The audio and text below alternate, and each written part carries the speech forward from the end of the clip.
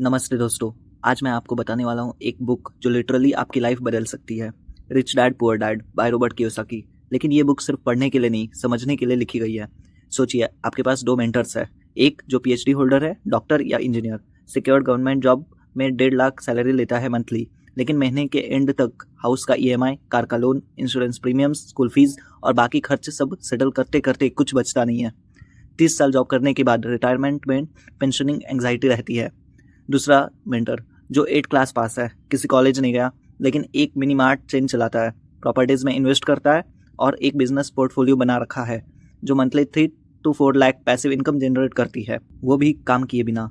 ये डिफरेंस सिर्फ शक एजुकेशन का नहीं, माइंडसेट का है, और कियोसाकी ने इसी माइंडसेट को समझाने के लिए ये बुक लिखी है। Part 1, the two dads, which one is better.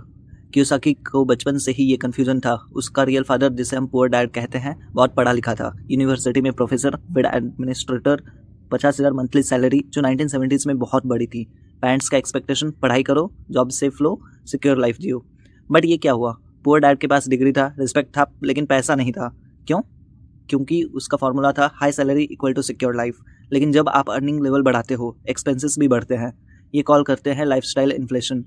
For example, 50,000 salary तो कार लेंगे 20 लाख का, 30,000 मंथली ईएमआई, हाउस लेंगे 50 लाख का, 40,000 मंथली ईएमआई, किड्स को एक्सपेंसिव स्कूल में डालेंगे, बल्कि 15,000 मंथली फ़ी, टोटल फिक्स्ड एक्सपेंसेस 85,000 से ज़्यादा, जब सैलरी सिर्फ 50,000 थी। और फिर क्रेडिट कार्ड यूज़ करते हो पैडिंग के लिए। कियोसाकी का पुअर डैड का यही स्टोरी था। दूसरा था रिच डैड, उसका बेस्ट फ्रेंड का फादर। 8 फेल, लेकिन क्या कहानी। छोटी सी जनरल स्टोर से स्टार्ट किया, फिर स्लोली मल्टीपल बिजनेसेस एक्वायर किया, रेंटल प्रॉपर्टीज लिए, और सबसे इम्पोर्टेंट, उनका फोकस पैसे को अर्न करने पर नहीं बल्कि अपने पास रखने पर था। रिच डैड की एक फिलोसॉफी थी, मेरे लिए मेरे पैसे काम करने चाहिए, ना कि मैं उनके लिए। तो रिच डैड ने क्या किया? First business, mini mart chain, जो हायर करके मैनेज होते थे। रिच डैड को सिर्फ प्रॉफिट आता था। Second stream, real estate, property lease करके monthly rent income. Third, stocks and small businesses में इन्वेस्टमेंट, डिविडेंड इनकम। तो रिच डैड का monthly cash flow 2 lakh earning plus 50,000 rent plus 30,000 dividends. इससे टोटल हुआ 2.8 लाख पर महीने बिना काम किए। और बेस्ट पार्ट, जो पैसे इन्वेस्ट थे वो अप्रिसिएशन भी कर रहे थे। प्रॉपर्टी जो 20 लाख में लिया अब 35 लाख का हो गया था। Main difference, poor dad, I can't afford it, जब कुछ देखता तो सोचता मेरे पास पैसे नहीं है, मैं नहीं ले सकता। Rich dad, how can I afford it, जब कुछ देखता था तो ये सोचता था कि ये कैसे मैं अरेंज कर सकता हूँ इसके लिए। ये एक छोटी सी शब्द डिफरेंस में पूरा लाइफ फिलोसॉफी बदल जाता है। Part 2, the rat race, how most people get trapped. Kiyosaki ने एक डायग्राम बनाया, द रैट रेस। इसे समझिए। मोस्ट पीपल का लाइफ साइकिल कुछ ऐसा होता है, पहले स्कूल, फिर जॉब, फिर हाउस लोन, फिर कार लोन, फिर क्रेडिट कार्ड डेब्ट, फिर किड्स एजुकेशन, फिर लोन्स, फिर रिटायरमेंट सेविंग्स पैनिक, फिर डाई इन पेइंग डेब्ट। क्यों होता है? क्योंकि हमें सिखाया जाता है पढ़ाई करो, अच्छी जॉब लो, हाउस खरीदो, लाइफ सेट। लेकिन किसी ने नहीं बताया कि हाउस अगर मॉर्टगेज से है तो वो एक लाइबिलिटी है, एसेट नहीं। लाइबिलिटी क्या होती है? जिस चीज़ से आपके पैसे बाहर निकले, और एसेट जिस चीज़ से आपके पैसे अंदर आए। Example, house. आप 50 लाख का हाउस खरीद रहे हो, 25 लाख डाउन पेमेंट और 25 लाख मॉर्टगेज से। मंथली ईएमआई 40,000 25 साल के लिए। Property tax 2,000, maintenance 2,000, insurance 1,000, total monthly 45,000 सिर्फ हाउस के लिए। और घर से इनकम ज़्यादा कुछ नहीं, क्योंकि आप वहाँ पे रह रहे हो। लेकिन अगर सेम 50 लाख इन्वेस्ट करते आप रेंटल प्रॉपर्टी में, तो प्रॉपर्टी खरीदने में 50 lakh all cash, monthly rent 35,000, maintenance 2,000, tax 1,000, net profit 32,000 per month, pure income. और प्रॉपर्टी अप्रिसिएशन तो अलग, 10 साल में 80 लाख का हो जाएगा। तो डिफरेंस क्लियर है। एक लाइबिलिटी हाउस आपको बैंक्रप्सी के तरफ ले जाता है, दूसरा एसेट हाउस आपको रिटायरमेंट में 40 लाख एनुअल इनकम देता है। मोस्ट पीपल ट्रैप होते हैं क्योंकि पहला, फियर, जॉब लूज करने का डर, तो ओवर टाइम करते हैं, सैलरी इंक्रीज के लिए पॉलिटिक्स। सेकंड, ग्रिड, स्टेटस चाहिए, फैंसी कार चाहिए, बिग हाउस चाहिए, तो लोन्स लेते हैं। थर्ड, हैबिट, हर महीने खर्चे और डेब्ट से थक जाते हैं प्लानिंग के लिए। फोर्थ, लैक ऑफ एजुकेशन, पैसे की एबीसी नहीं पता, बैलेंस शीट में नहीं समझते, टैक्स नहीं समझते, और ये साइकिल चलता है लाइफ टाइम, 65 साल एज तक। फिर पेंशनिंग खौफ रहती है। रिच डैड ने कियोसाकी को समझाया, आपको जॉब नहीं, कैश फ्लो चाहिए, और कैश फ्लो तब आता है जब आपके पास एक एसेट कॉलम होता है जो इनकम जनरेट करे। मोस्ट पीपल ट्रैप होते हैं क्योंकि पहला फियर, जॉब लूज करने का डर, तो ओवर टाइम करते हैं, सैलरी इंक्रीज के लिए पॉलिटिक्स। सेकंड ग्रिड, स्टेटस चाहिए, फैंसी कार चाहिए, बिग हाउस चाहिए, तो लोन्स लेते हैं। थर्ड हैबिट, हर महीने खर्चे और डेब्ट से थक जाते हैं प्लानिंग के लिए। फोर्थ लैक ऑफ एजुकेशन, पैसे की एबीसी नहीं पता, बैलेंस शीट में नहीं समझते, टैक्स नहीं समझते, और ये साइकिल चलता है लाइफ टाइम, 65 साल एज तक, फिर पेंशनिंग खौफ रहती है। रिच डैड ने कियोसाकी को समझाया, आपको जॉब नहीं कैश फ्लो चाहिए, और कैश फ्लो तब आता है जब आपके पास एक एसेट कॉलम होता है जो इनकम जनरेट करे। पार्ट 3 लेसन 1, रिच पीपल पैसे के लिए काम नहीं करते, पैसे उनके लिए काम करते हैं। ये सबसे इंपॉर्टेंट लेसन है। पुअर डैड जॉब करते थे 50,000 मंथली के लिए, और जो भी कमाते थे सब एक्सपेंस में खत्म, house, family, depth. Net wealth में कुछ इंक्रीज नहीं होता था, सिर्फ जॉब टेन्योर बढ़ती थी। रिच डैड कभी डायरेक्टली मनी नहीं चाहा, इंस्टेड उसका सिस्टम था जो मनी जनरेट करे। तो समझिए कैसे रिच डैड ने अपनी माइंडसेट बिल्ड की। रिच डैड ने कियोसाकी और उसके दोस्त को एक डील दिया, मेरे घर के यार्ड को क्लीन करो, 10 सेंट्स पर आवर दे दूंगा। दोनों भाई खुश, ₹1 प्रति घंटा। अच्छा लगता है पैसे के लिए काम करना। 3 वीक्स काम के बाद रिच डैड बोला, सैलरी बढ़ा दूंगा 25 सेंट पर आवर। लड़के खुश, लेकिन 2 वीक्स बाद रिच डैड बोला, अब सैलरी 0 होगी, लेकिन आप मेरे घर के लिए काम करते रहो। तब कियोसाकी ने पूछा, लेकिन आप तो पैसे नहीं दे रहे। बिल्कुल नहीं, अब समझोगे कि फियर और ग्रिड का पावर क्या है। पहले 2 हफ्ते बहुत बुरा लगा, डर हो गया, कौन सा काम करे कौन सा नहीं। पैसे दोगे, लालच भी थी, सोचा ये काम करते हैं तो कुछ ना कुछ मिल जाएगा। लेकिन रिच डैड ने सिखाया, जब तुम्हें फियर और ग्रिड को कंट्रोल करना सीख जाओगे तब तुम ज़्यादा पैसे कमा पाओगे। पुअर डैड काम कर रहा है डॉलर्स के लिए, रिच डैड काम कर रहा है सिस्टम के लिए जो डॉलर्स जनरेट करे। और ये इंपॉर्टेंट है, रिच डैड ने कभी स्ट्रेस्ड नहीं दिख रहा ज़्यादा पैसे अर्न करने के लिए, क्योंकि उसका मनी ऑलरेडी मल्टीपल सोर्सेज से आता है। एक बिजनेस डाउन हो गई तो दूसरे से आ जाएगी, एक प्रॉपर्टी में कैश लग गए तो दूसरे से रेंट आ रहा है। तो पहला lesson, stop trading time for money, start building systems that generate money. Part 4 lesson 2, assets versus liabilities, the most important distinction. ये वोकेबुलरी चेंज करेगी आपका एंटायर फाइनेंशियल लाइफ। एसेट, जिस चीज़ से पैसे आपके अकाउंट में आए, लाइबिलिटी, जिस चीज़ से पैसे आपके अकाउंट से बाहर जाएं। लेकिन लोग कंफ्यूज करते हैं, सोचते हैं कार तो एसेट है ना, नहीं, लाइबिलिटी है। आप ईएमआई दे रहे हो, पेट्रोल का खर्च, इंश्योरेंस, पैसे बाहर जा रहे हैं। गोल्ड सोचा था कि एसेट है, नहीं, अगर घर में रखा है तो लिक्विडिटी नहीं है, इनकम नहीं है, सिर्फ एप्रिसिएशन होता है। लेकिन एप्रिसिएशन पिछले 20 सालों में कुछ दिखा नहीं है। बिग हाउस तो एसेट है ना, नहीं, अगर मॉर्टगेज पे है या ईएमआई दे रहे हो तो नहीं।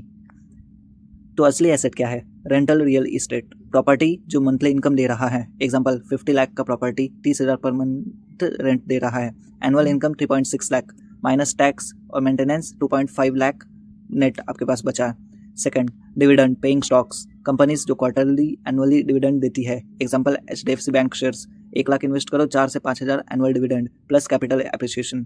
थर्ड, बॉन्ड्स और fixed deposits, fixed income. Example 5 lakh का FD 6.5% पे 32,500 का एनुअल इनकम देगी।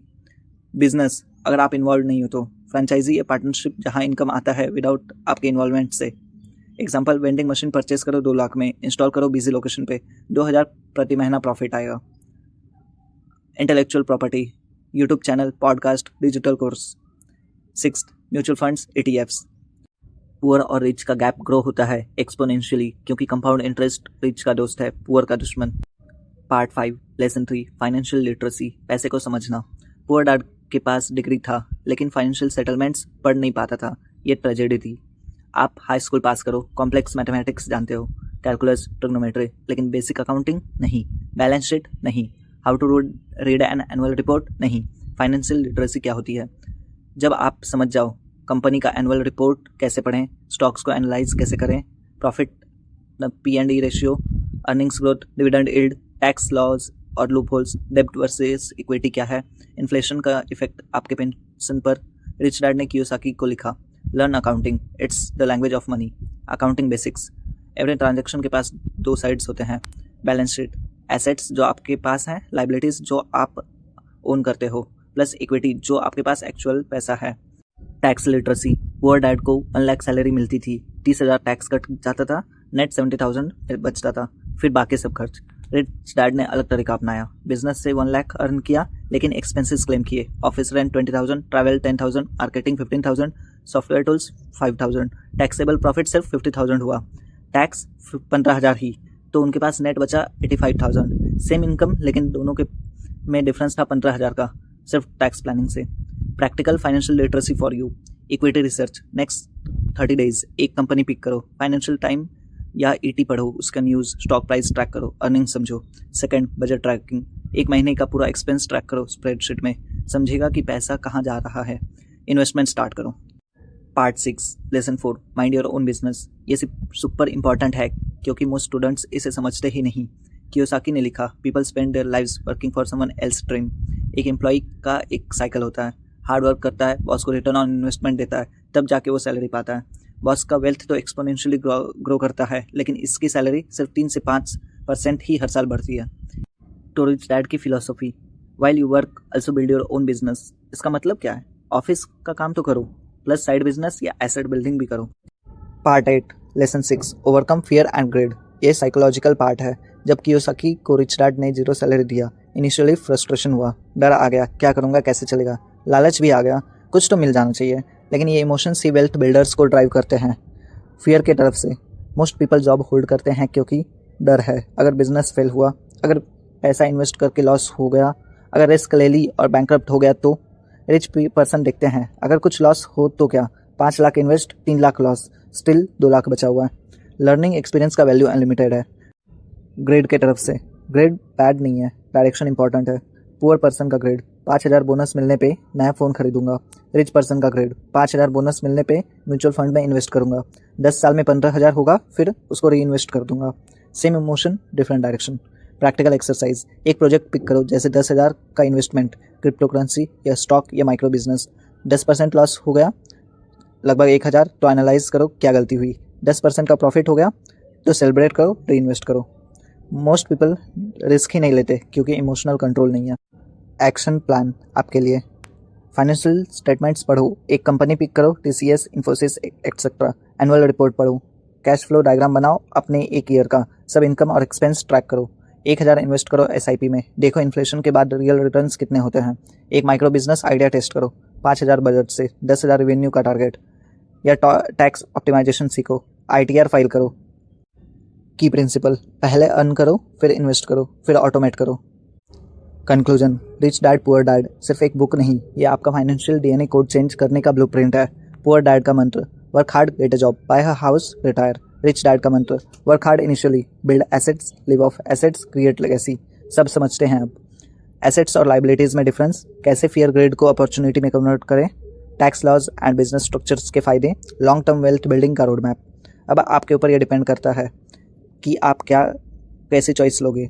क्या आप पुअर डैड वाली सोच रखोगे, आई कांट अफोर्ड इट, या rich dad, how can I afford it. पैसे जनरेट करते रहना, सिर्फ अर्न करते रहें, ये एक ट्रेडमिल है, लेकिन एक बार जब पैसिव इनकम सेटअप हो जाए तब फ्रीडम आता है। फ्रीडम से आप और इनोवेशंस कर सकते हैं या सिर्फ रिलैक्स भी कर सकते हैं। आपका जर्नी स्टार्ट है। अगर वीडियो पसंद आया तो लाइक करो, सब्सक्राइब करो और शेयर करो। बिज डिकोडेक्स, और कमेंट करो कि आपका पहला